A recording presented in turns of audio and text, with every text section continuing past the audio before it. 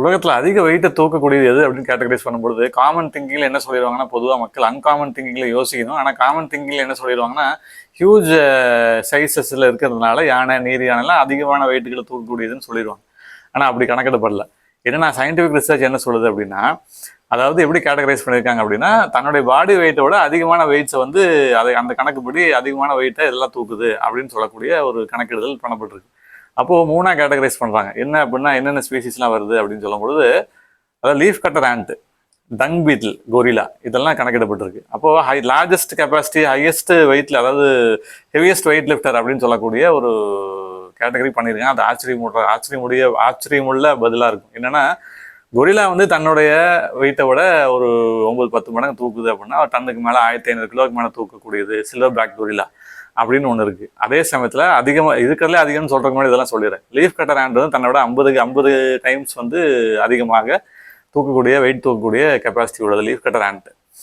அந்த எறும்பு அது தூக்கக்கூடியது. அப்போ ஒரு எலிஃபென்ட்டே தூக்கக்கூடிய அளவுக்கு அதோடைய கெப்பாசிட்டி இருக்கு அப்படின்னு கணக்கிடப்பட்டிருக்கு. அதே மாதிரி டங் பீட்டில், அதாவது சாணி வண்டுன்னு சொல்லக்கூடிய அந்த வண்டு 1141 தடவைகள் மடங்குகள் அத்தனை டைம்ஸ் வந்து அதோடைய வெயிட்டை விட 1141 டைம்ஸ் உள்ள வெயிட்டை வந்து அதனால் தூக்க முடியும். அதாவது 6 டபுள் டெக்கர் பஸ்ஸஸ், அத்தனை பஸ்ஸுகளை தூக்கக்கூடிய அளவுக்கு அதோடைய கெப்பாசிட்டி இருக்கு. அப்போ இந்த பூச்சிகளுக்கு, இந்த மிருகங்களுக்கு அந்த கெப்பாசிட்டியை கொடுத்த கடவுள், அவைகளை படைத்த கடவுள் நமக்கு எவ்வளோ கெப்பாசிட்டி கொடுத்துருப்பாரு அப்படின்னா, அந்த கடவுள் யாரு அப்படின்னு சொல்லக்கூடிய கணக்கிட, அதாவது அதை கண்டுபிடிக்கக்கூடிய அளவுக்கான கெப்பாசிட்டி அவருடைய சாயலை படைத்ததுனாலே அந்த சிந்திக்கிற திறமை, அவரே யாருன்னு அடையாளம் கண்டு கொள்ளக்கூடிய அந்த கெப்பாசிட்டி நமக்கு கொடுத்துருக்கிறார்.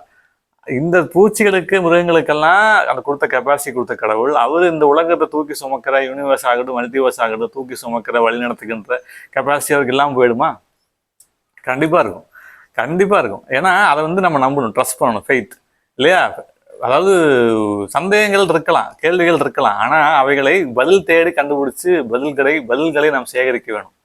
புத்தக படிப்பு மூலமாக, பைபிள் ரீடிங் மூலமாக, ஜபங்கள் மூலமாக, அப்சர்வேஷன் கவனிப்பதன் மூலமாக, உலகம் உருவாக்கப்பட்ட விதம், ஃபைன் டியூனிங் விஷயங்கள் எல்லாத்துலேயும் காஸ்மோலாஜிக்கல் ஆர்குமெண்ட்டு, டீலிலாஜிக்கல் ஆர்குமெண்ட், பர்பஸ் எதுக்கு, மனித இனம் எதுக்காக நம்ம இதெல்லாம் படிக்கிறோம், தெரிந்து கொள்கிறோம், அதோட இன்ட்ரெஸ்ட்லாம் என்ன, கடவுள் யாருங்கிற அறிதல் புரிதல் நமக்கு இருக்குதா இல்லையா? இவைகளையோ பூச்சிகளை, மிருகங்களை நம்ம கவனிக்கிற நாம் கடவுளை கவனித்திருக்கிறோமா அப்படிங்கிறத பார்க்க வேணும் இல்லையா? அவர் நம்ம எப்படி தூக்கி சுமக்கிறாரு இல்லையா? நம்மளை வந்து எப்படி வழி நடத்துகிறார்?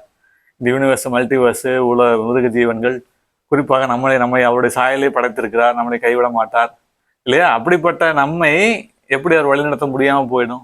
கண்டிப்பாக வழி நடத்துவார், எந்த சூழ்நிலையிலும் வழி நடத்துவார் இல்லையா? கப்பல், எல்லாருக்கும் புயல் இருக்கும், கப்பலில் போகும்போது புயல், எல்லாருக்கும் காற்று அலைகள் வீசும், புயல்கள் அடிக்கும். ஆனால் கப்பலோட்டியோடு இருக்கிறோமா, கப்பலோட்டி இல்லாமல் இருக்கிறோமாங்கிறது தான் கணக்கு, வித்தியாசங்கள். தட் மேக்ஸ் த டிஃபரன்ஸ் இல்லையா? அதான், தட் மேக்ஸ் த டிஃபரன்ஸ். அப்படி இருக்கும்போது அந்த கெப்பாசிட்டி கடவுளுக்கு கண்டிப்பாக இல்லாமல் போயிடுமா? அப்போ அவரை சந்தேகப்பட வேண்டிய அவசியமே நமக்கு இல்லை.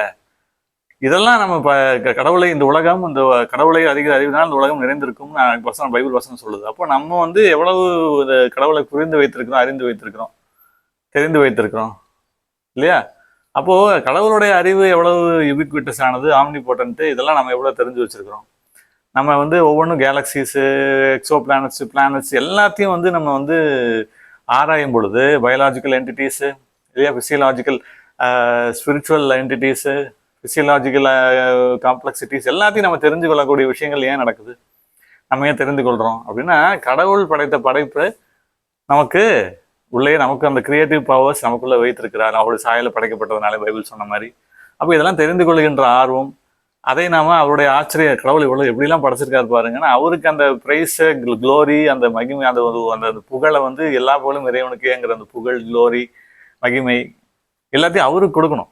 ரொம்ப முக்கியம். நம்மளுடைய வாழ்க்கையில நடக்கிற நிகழ்வுகள், அன்றாட நிகழ்வுகள், இதுல அவருடைய இன்டர்ஃபியரன்ஸ், தலையீடுகள், பாதுகாப்பு, ப்ரொவைடிங், லீடிங், ப்ராவிடன்ஸ், மிரக்கிள்ஸ் எவ்வளவு கலந்துருக்குதுங்கிறது கவனிக்கணும். அப்சர்வேஷனல் பீயிங்ஸாக நம்ம இருக்கிறோம், சென்சியன் பீயிங்ஸாக கடவுள் நம்மை படைத்திருக்கிறார் இல்லையா? அவருடைய சாயலே படைக்கப்பட்டதுனால நம்ம எவ்வளோ ஸ்பெஷலாக நம்ம திங்க் பண்ண முடியுது. கான்ஷியஸ்னஸ், கான்ஷியன்ஸ் இல்லையா, உள்ளுணர்வு, மனசாட்சி, நேர்மை, பரிசுத்தம், அன்பு, வழிநடத்தப்படுகிற விதம் இல்லையா? நம்மளால் 4 பேர் வழிநடத்தப்படுகிறார்கள். நமக்கு ஆண்டவர் எப்படி அதை நம்மளுடைய வழிகளை ஆயத்தப்படுத்துகிறார், நமக்கு எப்படி ப்ரொவைட் பண்ணுறார், நமக்கு எப்படி வழி நடத்துகிறார், நம்ம 4 பேருக்கு என்ன விஷயம், நம்மளால ஒரு 10 பேர் வந்து விழிப்புணர்வு அடைகிறாங்களா, இன்ஸ்பயர் பண்ணப்படுறாங்களா ஆலோசனைகள் அவர்களுக்கு கிடைக்கிறதா? குறிப்பாக அன்பு நிமித்தம் அது நடக்கிறதா? அன்புனால நம்ம அதை சொல்கிறோமா, வெளிப்படுத்துகிறோமா, எக்ஸ்பிரஸ் பண்ணுறோமா, ஷேர் பண்ணுறோமா? இதெல்லாமே கணக்கு இருக்குது. இதெல்லாமே நம்ம கடவுள் நம்மளை கவனிக்கிறார், பார்க்கிறார். நம்ம ஒரு நோக்கத்தோட பர்பஸோட இங்கே டீலிலாஜிக்கல் கெப்பாசிட்டி, டீலிலாஜிக்கல் காம்ப்ளெக்சிட்டியோடு நம்ம இங்கே வைத்திருக்கிறார். Meaning and purpose in life.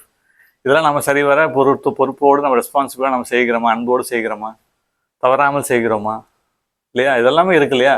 அப்போ தொடர்ந்து நம்ம செய்யணும். We should continue doing good works, இல்லையா, ஃபார் த லார்ட். அதான் நம்ம தொடர்ந்து நம்ம பேசுகின்ற விஷயங்கள், எழுதுகின்ற விஷயங்கள், சிந்திக்கின்ற விஷயங்கள் எல்லாமே சிந்திக்கிறதுனால இதெல்லாம் நடக்குது, இல்லையா? அப்போ இந்த ஆச்சரியங்கள் எல்லாம் நிறைந்தவராக கடவுள் இருக்கிறார்.